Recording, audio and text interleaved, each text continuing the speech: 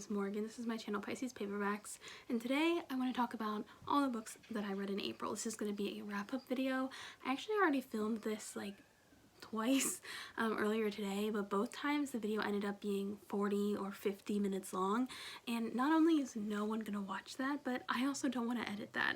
So right now I'm setting myself a challenge. I have my computer right here and I'm setting a 1-minute timer. That is the longest I'm allowed to talk about each of these books, and if I go over I have to stop it right there at the 1 minute and just say the star rating and move on. So we're shooting for under 30 minutes here because I read 18 books, which is the most I've read this year, the most I've read in a long time. So let's just dive right in. The first book I read this month was Get a Life, Chloe Brown by Talia Hibbert. This is like the first book in the Brown Sisters romance series, and Chloe has some chronic illnesses that she feels she's let hold her back the past couple years. So she's made a list of things she's going to do to get a life, and she recruits her superintendent, Redford Morgan, to like help her achieve some of those goals, and they maybe fall in love. It is so cute and good, and I loved it so much, and I cannot wait to read the next two. I think the third one comes out like next month, so it's coming up soon. I can't wait. I read it at the audiobook and I couldn't stop listening to it. I was like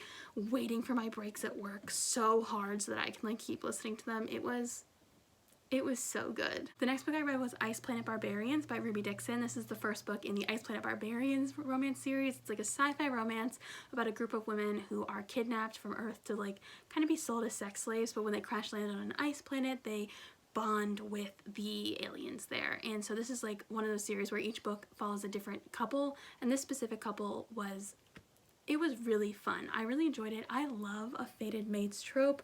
I think that it is really, I just love it. It's one of my favorite tropes, I'm gonna be honest right now. And I thought this one was so fun. I think it really did a good job laying the groundwork for the future series, and it balanced like the camp versus the seriousness quite well. I will say, trigger warning, for there is a scene of sexual assault pretty early on in the book that is not graphic at all. It's not like described on the page, but it is like a serious event that happens, and while it's not specifically addressed in this book, I think as the series goes on it's going to like kind of be addressed with the seriousness that topic deserves, because I think Ruby Dixon kind of does a good job. Oh, that's my timer. I gave it 4 stars. Next I read Heartberries by Terese Marie Mailhot, and this is a memoir by an Indigenous woman. I think she's like Canadian First Nations Indigenous, but I'm not particularly sure, and she is basically writing about coming of age, her sexual life, her sexuality, as well as motherhood and mental illness, because I believe in this like memoir she gets diagnosed with bipolar disorder. And while at the time as I was reading, I think it was well done. I feel weird rating memoirs because I'm not rating the person, I'm rating my experience reading the book, and at the time I gave it a 4 stars, but I'm probably gonna bump that down to a 3 because it just hasn't stuck with me, I feel, the way that other memoirs have. And while it was very beautifully written and is exploring themes of trauma and sexual trauma and childhood trauma, I'm glad I read it, and I would definitely recommend it to other people, but it's not one of my favorite memoirs that I've read, so I'm gonna give it like a 3 star. I will say for this book, trigger warning for child sexual assault, so that is one of the topics that is discussed in the book, and I think it's handled well, but you know, it is something to be aware of. Next I read The Prison Healer by Lynette Noni, and this was a YA fantasy release that came out I think on April 13th, and it is about Kiva, and she is 17. She's lived in this basically a work camp prison for most of her life as the healer, and when a woman comes in who's very ill and she is claiming to be the rebel queen who is like kind of leading a rebellion against the current royal family, Kiva is charged with keeping her alive for her trial by ordeal, and when she isn't able to kind of do those ordeals, Kiva does the ordeals for her, and that's like the general structure of the book. I thought it was fairly standard, like it is what the synopsis says it is, but I think it was well done, it was fun, it explores a lot of really dark themes of like torture, death, incarceration, sexual assault, other things like that. I think it was a good book though, and there's a fun twist at the end that really made me really interested for the second one, which I think comes out later this year. And I gave that book 3.5 stars. Next I read Blood is Another Word for Hunger by Rivers Solomon. This is my first book by them, and it's actually a short story, which I didn't know when I first marked it as one to read on Goodreads, but it is so short that I'm not going to tell you like what it's about, but it kind of explores themes of intergenerational trauma and the righteous power of anger and retribution, and what kind of spiritual connections that anger can bring. I thought it was incredibly well done, and I kind of wish it was longer, but I think that it has such an particularly interesting writing style that if it were any longer, the writing style would have had to be more like traditional to make it more readable, and I think that the writing style was perfect for what it was. So I don't know if I really enjoyed it because it was really intense and scary in some ways, and there are graphic depictions of traumatic childbirth, but it was very well done, and I think it's something that you reread it over and over again and you are constantly finding new things to unpack and think about, and it was very good. And I gave it 4 stars. Next, I read Seducing His Secret Wife by Robin Covington. This was the Indigenous romance read-along book for April, and I quite enjoyed it. It was a Harlequin romance that was obviously a secret. It's like a getting married in Vegas, but they're not supposed to be together, so they're gonna get divorced. But then during like them getting divorced, they kind of like decide that they really like each other, but they didn't really talk about staying together, so they're just both assuming that the other person doesn't want to stay together, even though they both kind of want to stay together. And it was really good. It was also a billionaire romance, which isn't usually like my trope. Like, I love a billionaire, like a rich dude, but at the same time it's not something that like sells a book for me. But I really liked this one, and I thought it was really interesting that Selena, the heroine, has a background in the foster care system, and I think that was really well developed. And Justin is from an interracial family, and how that is dealt with, and kind of the struggles that he had even being from like a wealthy family. He didn't really feel like he fit in, and while I finished the book really loving the couple together, I feel like the book wasn't long enough to develop either of their backstories, so it felt a little like weirdly stunted at the beginning. I gave it 4 stars though. It was good. Then I read Mexican Gothic by Silvia Moreno-Garcia. Finally, I've gotten the audiobook like 6 times, and every time I have to send it back because I'm like not ready for it. But this is a Gothic horror taking place in Mexico in the 1950s, where Noemi receives an alarming letter from her cousin who's recently gotten married. So she goes to visit her in her like the new husband's family estate, and things are fucking weird. Things are fucking weird and creepy, and things are not right, and she's investigating, but she also is trying to make sure her cousin's okay, but things are fucking weird. And I thought it was so good. I loved like the tropes and standards of the conventions of the Gothic genre that were actually involved in the book. So it's Gothic just beyond the aesthetic. It's also Gothic in content and kind of like this cyclical, almost timeless, dreamlike state of monotony, but also like what the fuck is happening, mounting horror. Holy shit, what the fuck. I didn't like love it. There were aspects of it that I didn't love, but I gave it 4 stars, so it was a good one. It's generally a good month this month. Next I read This Is How You Lose the Time War by Amal, El-Mohtar, and Max Gladstone, and I gave this book 5 stars. I talked about it in my standalone SFF recommendations video, so I will link that up above. But this is a really short, it's a novella about red and blue. And okay, I'm gonna stop the time for this one because it needs a little bit of explanation. Basically, in this book, at some point in the humanities timeline, there's an event that happens that splits the future into 2. So there's the techno future and like the nature future, and they can't exist at the same time because they're, you know, alternate futures of the same Earth. So they send like spies back in time to kind of try to influence events so that their side of the future is winning the war. Okay, I'm starting the timer again. And basically this book is about red and blue, who are operatives from opposite sides of the time war, and they fall in love by sending letters. And this is a very metaphor and flowery writing heavy book. There's not like, I felt like there was like a lot of world building in terms of like all of that, but I feel like other people have said that they struggled with how little world building there was, but like maybe I just literally don't understand like literature and writing at all, but I really loved it. I thought that it was so intimately emotional in the way that it was written, the way the letters were written, the way that red and blue both expressed how they felt about each other. It felt so connected to like their emotions. It was really intense, and I loved it so much. I think it's technically, I think it was technically perfect, so I gave it 5 stars. Next, I read Beyond the Dragon's Gate by Yoon Lee. This is another short story that is about kind of transness and queerness in a sci-fi setting, kind of having to do with AI, and I thought it was fantastic. Like 4.5 stars. I loved it. Like, I thought it was really good, and immediately that same day I went to the library and I got another book by him to read. So I can't wait to read it this month.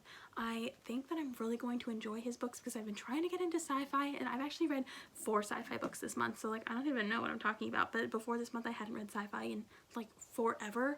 But yeah, it was like really good, and it's short, so I don't want to say what it's about, but it explores queerness in a sci-fi setting, and it's really good and also funny. I thought there were some really quippy asides from the main character, but it's like, you know, it's not like funny, it's not like a comedy, but it's good. The next book I want to talk about is Winter's Orbit by Everina Maxwell, another sci-fi, but this one's another romance, but not like a sex on the page kind of romance, more of like a general, it's a romance, but it's like 60% politics. So I didn't care about the politics, which is why I only gave it a 4.5, because most of the plot I didn't understand or care about, even though the driving force of the book is the relationship, which I really, really loved. So this is about Prince Kiem, and his distant cousin Tom dies, and so when Tom dies, he leaves a widower, Count Jinan, and they need marriages in this world to settle treaties. So the emperor is like, Kiem, you're gonna marry Jinan, and Kiem's like, I'm the family disappointment, I don't know why you would give me this responsibility,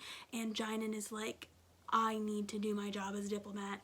Oh my god. And their relationship is, it's so good. It's really stressful in terms of like, oh my god, I'm gonna run out of time, but I need to talk about this. It's really stressful in terms of like the miscommunication out the wazoo in terms of what they both want from the relationship, but it's not the miscommunication that like drives you insane in a bad way. It's the miscommunication that makes your heart hurt for how deeply insecure the characters are. So it's so good. I will say that one of the main characters was previously in an abusive relationship, and that does play a large role in their characterization. So that's like really, it's hard to read at some points. So yes. Moving on. I actually finished Winter's Orbit during my 24-hour short book readathon, but I don't like think of it as part of that, so now I'm gonna get into all the short books I read that day. Starting with Night of the Mannequins by Stephen Graham Jones. So this is a really short novella about a guy named Sawyer who becomes convinced that the mannequin he and his friends used to play with has come to life and is going to kill all of them. And while I objected, I feel like Stephen Graham Jones really, he had a vision and he executed it successfully the way he wanted it to. I didn't enjoy reading this at all. I didn't find it scary, except for like there's like maybe one scene towards the beginning that I actually really liked. I thought it was really effective as like a scene of real horror, but I just mostly found this stressful and sad, mostly sad, because I didn't find this very suspenseful. I just found it depressing because Sawyer's just kind of like losing his mind, and it's just sad. I didn't find this fun. I gave it 2 stars. Then I read Harbor by Rebekah Weatherspoon, and this is a polyamorous romance about people, and they all find out that their partners were cheating on them because the partners are killed while they're together, like having their little affair escapade. So Brooklyn and then Vaughn and Shaw kind of had that shared grief and shared trauma to work through, so they bond over that, and then about a year later they reconnect, and it's about their relationship and the developing. And while this was an incredibly enjoyable reading experience, I felt Vaughn and Shaw extremely underdeveloped as individuals. I was constantly getting confused as to whose perspective I was in, because I felt like both of their chapters were written like exactly the same, and I didn't think that their personalities were very well executed particularly, so it took me a really long time to be like even mildly convinced of the relationships, although I will say the sex scenes were like A+. So I gave that book 3.5 stars. Next, I read This Is Pleasure by Mary Gaitskill, and this is a super short 83-page kind of reflection on the Me Too movement, like a fictional reflection where she looks at it through the perspective of a woman who has been longtime friends with a man who has had accusations and allegations made against him. And while I think that it was really interesting and very well written, I didn't like enjoy this, and while I get what it's doing, I'm not gonna think about this. I think that there are much more meaningful and interesting reflections on the Me Too movement and how it's affected relationships and things like that. So I'm gonna give this like a 2.5, 3. I don't think it's bad, and I think if that's something that's interesting to you to kind of like explore the way that can be a multifaceted and complicated and nuanced situation to be in, I think, you know, maybe pick it up. But and again, it's not long, it won't take you long to read, but I didn't like love it, so whatever. Next I read Weather by Jenny Offill, and this was like weird. It's very literary, and it's about a woman who kind of becomes obsessed with doomsday preppers and disaster psychology in terms of kind of contemplating in oncoming climate disaster and like climate change, world-ending events. Halfway through, it takes a turn where you're like, is this sci-fi? Like, is this weird?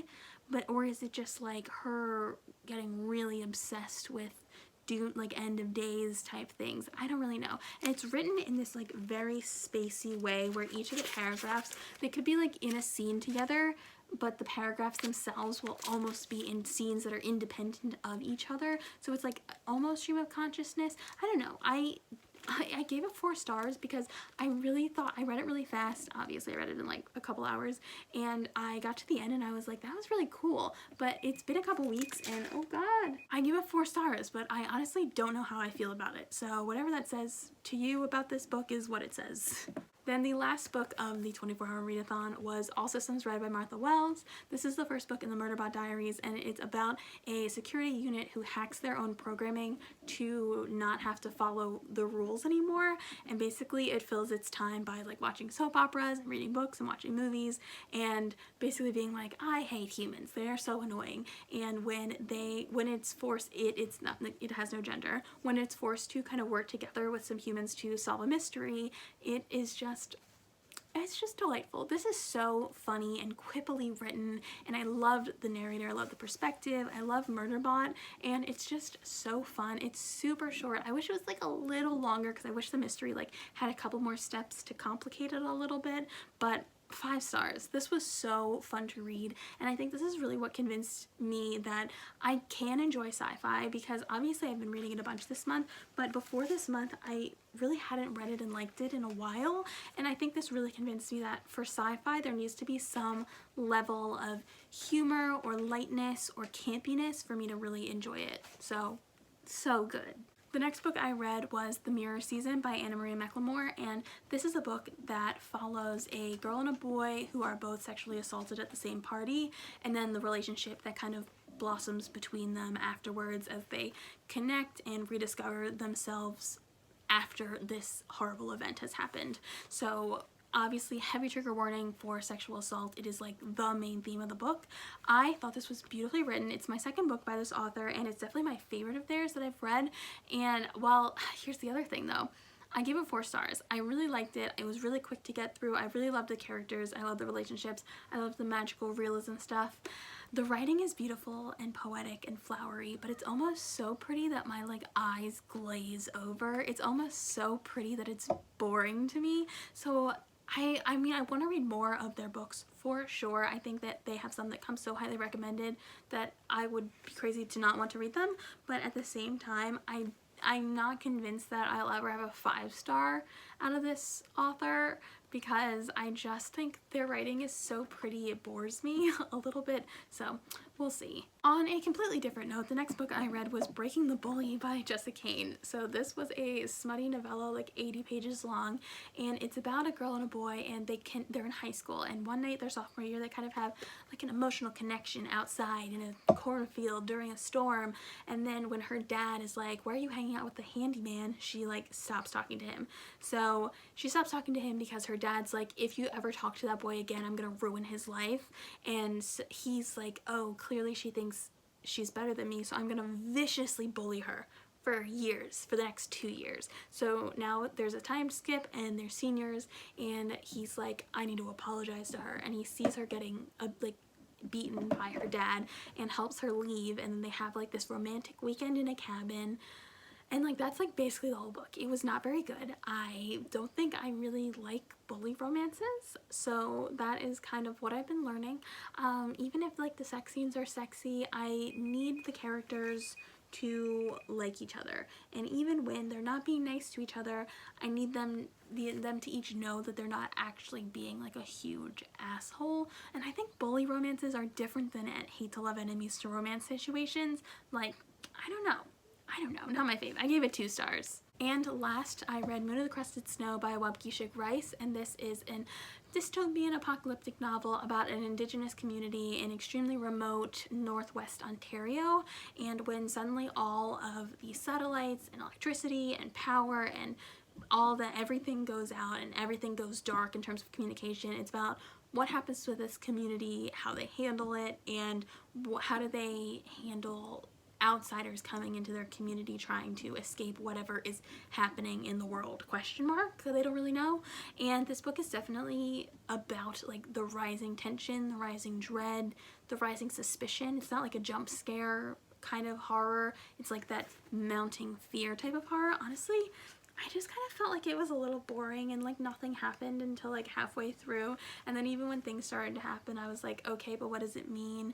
And then I was like, it's like nicely written, but it's not greatly written, and I'm liking it, but I'm not loving it. And also, why is the main character the main character? There's a main character named Evan. He's like mostly the narrator, but he's not, you know, particularly interestingly situated in the community. What about him made him the right person to tell this story? And then the only other person you get the perspective of is Evan's partner, Nicole, and her only role in the book is to be the mother to their children. She doesn't have any scenes, like, from her perspective that don't have the children in it. So like, I just don't know. I gave it 3 stars because I see what it was doing and I don't think it was bad, but I didn't love it. So I don't know. And that is gonna be it. That's all of the books I read this month. 18 books. 8 of them were ebooks, which is more than usual. I think ebooks are becoming a bigger and bigger part of my reading, which I really enjoy because they're like much lighter to carry. And then 6 audiobooks and 4 physical books, and also like 7 books that I owned, which is like a lot for me. Feeling pretty good about that. But yeah, this video right now on my phone says it's only 25 minutes long, so I successfully I'm not going to post a fucking hour-long wrap-up. Let me know what books in this video you'd be interested in reading. If you read one of them and disagree on how you feel about the book from how I feel about the book, I would love to talk about it. I love talking about disagreements and it makes me feel like my opinions are growing in a good way. So yeah, I hope you enjoyed this video and I will see you again next time. Bye!